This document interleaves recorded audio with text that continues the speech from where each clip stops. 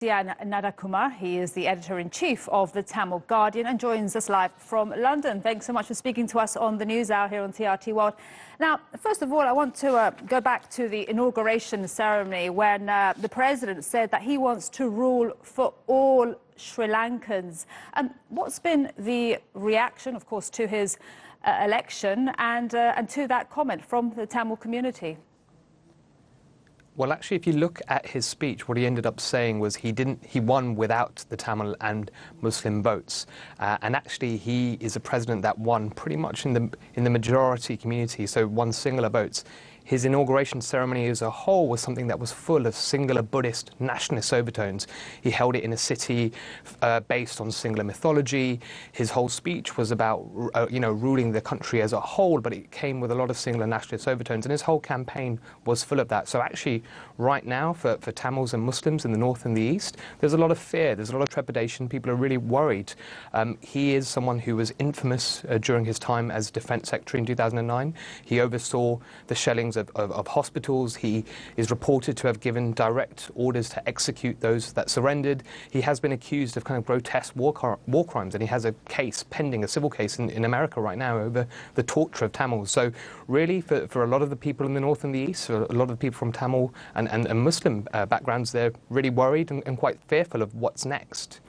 And with regards to charges, Sri Lanka's, and actually from your website, Sri Lanka's Permanent High Court has dropped all corruption charges against Gotabaya Rajapaksa. Your reaction to that? Well, I think this is what a lot of Tamils and a lot of human rights activists have been saying for some time now. They're really worried about the bias and partiality of Sri Lankan judicial mechanisms. And that's why, especially for the charges of violating international humanitarian laws, so things like war crimes, crimes against humanity and genocide, there's been a call to push it to international mechanisms. We're talking the International Criminal Court or setting up an internationalized tribunal which has non-Sri Lankans participating. And the reason is, they really want to try and get rid of this deep-rooted bias that's been infiltrated into the judiciary, into state mechanisms for decades now. And I think this is, one effect we're seeing of that. I just want to look at now the other side and the fact that he won with 52% of the vote, and the issue, one of the biggest issues, was security. And when you hear people saying that this is the right person for security right now, after the Easter bombings, what goes through your mind?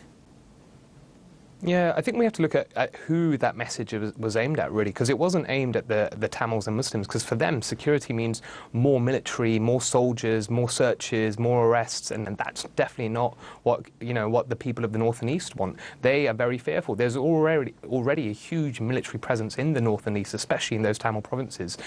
Some villages have as many as one soldier for every 2 civilians, so it's one of the most militarized places on earth, really. So that message of securitization, of increasing military presence, really sells to those in the singular heartland, so to the singular south, and that's who that message is for. Whereas I think the other people on the island, so the Tamil and Muslim nations, are going to look back at that message of increased securitization and be scared, because remember, again, this is a military that's been accused of egregious human rights abuses. It's a military that's been accused of committing genocide. The Canadian Parliament just this year passed a resolution wanting to investigate allegations of genocide in Sri Lanka. So, and it's a military that's been accused of all these horrendous things, and there's been no accountability for it whatsoever. So increasing that military presence is something that scares people rather than reassures. Thusiyan Nandakumar, editor-in-chief of the Tamil Guardian, thank you so much for speaking to us on TRT World. Really appreciate your time.